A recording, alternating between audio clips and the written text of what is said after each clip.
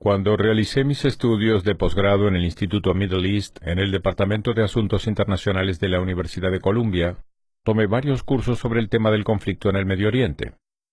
Semestre tras semestre estudiamos el conflicto en Medio Oriente como si fuese el conflicto más complejo del mundo, cuando de hecho es probablemente el conflicto más fácil del mundo para explicar. Quizás sea el más difícil de resolver, pero es el más fácil de explicar. En resumen, es así. Un lado quiere al otro lado muerto. Israel quiere existir como un Estado judío y vivir en paz. Israel también reconoce el derecho de los palestinos a tener su propio Estado y a vivir en paz. El problema, sin embargo, es que la mayoría de los palestinos, al igual que muchos musulmanes y árabes, no reconocen el derecho a existir del Estado judío de Israel. Esto es cierto desde 1947, cuando las Naciones Unidas votó a favor de dividir la tierra conocida como Palestina en un Estado judío y un Estado árabe. Los judíos aceptaron la división de las Naciones Unidas, pero ningún país árabe o musulmán lo aceptó. Cuando finalizó el mandato británico el 15 de mayo de 1948, los ejércitos de todos los estados árabes vecinos, Líbano, Siria, Irak, Transjordania y Egipto, atacaron el Estado de Israel, que solo tenía un día con el fin de destruirlo. Pero para sorpresa del mundo, el pequeño Estado judío sobrevivió, y volvió a ocurrir después. En 1967, el dictador de Egipto, Gamal Abdel Nasser, anunció su plan. Estas fueron sus palabras para destruir Israel. Colocó tropas egipcias en la frontera con Israel, y los ejércitos de los países árabes vecinos también se movilizaron para atacar. Sin embargo, Israel atacó Egipto y Siria con anticipación, Israel no atacó Jordania, y rogó al rey de Jordania que no se uniera a la guerra. Pero lo hizo. Ese fue el único motivo por el que Israel tomó control de tierras de Jordania, específicamente la franja occidental del río Jordán.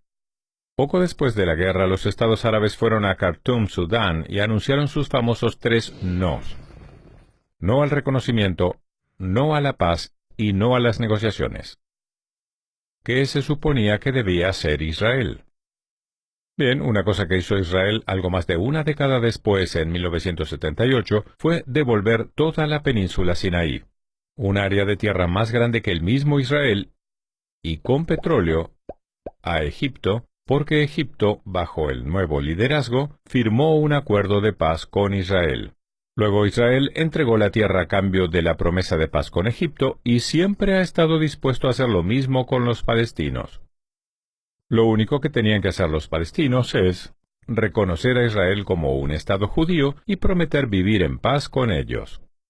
Pero cuando Israel ha propuesto cambiar tierra por paz, tal como lo hizo en el año 2000 cuando acordó dar a los palestinos un Estado soberano con más del 95% de Cisjordania y todo Gaza, el líder palestino rechazó la oferta y respondió en su lugar enviando oleadas de terroristas suicidas a Israel.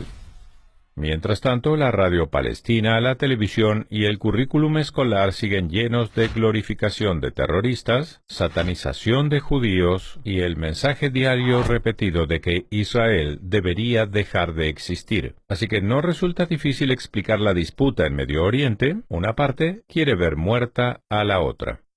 El lema de Hamas, los líderes palestinos de Gaza, es: amamos tanto a la muerte como los judíos aman a la vida.